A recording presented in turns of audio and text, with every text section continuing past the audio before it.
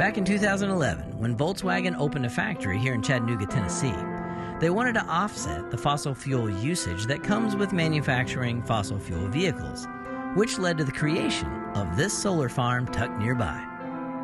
While 4 parking lots worth of solar panels isn't an option for most of us, Silicon Ranch makes full use of this space by blending new tech, ancient practices, and star power. The sun is the original source of energy. It's been around for a while, isn't it? Tell me about the actual power. Like, what happens here? How much can these guys generate? So this is a photovoltaic, solar photovoltaic power plant, and we harvest the sunlight and turn the sunlight directly into electricity as opposed to hot water or something that was thermal. Is that what that word means, Photovoltaic is the, like photosynthesis or photovoltaic is like taking photons and turning it into electrons. Oh, wow. Yeah. Okay. So this power plant is about 9.5 megawatts of power. They're getting about 12% offset. That's right. So what's the goal of putting in a solar plant like this? Generally, people are wanting more of it. They want renewable, reliant, and cost-effective energy, and solar power has really fit that bill here for the past decade. How would this compare to today if you were going to do the same installation? If I was to use what I do today and redesign this, I would probably use one-third less of the land. So each solar panel may be the same size, but it can produce more power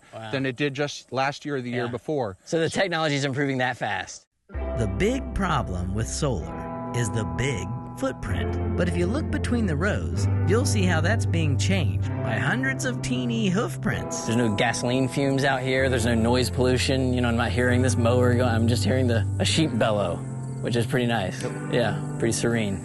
If we put cattle out here, it would literally be a bull in a china shop. The integration of sheep into this, they're actually safer for the technical asset than a mower. Oh, wow. When we send a tractor in here, oftentimes there's damage. The blades can kick up rocks, and that turns into a projectile and can damage. The sheep really are the most appropriate technology for this. And that's the hardest part to cut. Yeah. I mean, it's getting up, I'm 6 foot and fat, and you get under there. It's not easy. So that's the win-win we found in this. Sure. Many renewable energy systems can negatively impact the surrounding environment and wildlife. But if green energy enthusiasts ever heard about the additional effects of the regenerative program shepherded by Silicon Ranch, they may flock to the approach. The photovoltaics reduces emissions from other generation. The photosynthetic begins to remove carbon from our atmosphere. So now we're into a carbon removal process, not just a carbon reduction process. Now we're restoring ecosystem functionality, and that's really the key here. Is this land is now becoming a functional grassland ecosystem. We're seeing quail come back, we're seeing pheasant come back, we're seeing more wildlife, greater biodiversity. You see more native bumblebees. Of course, there's milkweed on many of our properties, so you see monarch.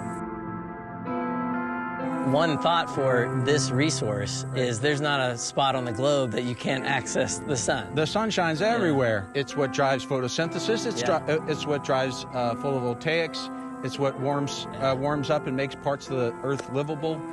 It's a constant in our life. We just need to know how to use it and make the best of it. Yeah. This video is inspired by our PBS series, Reconnecting Roots.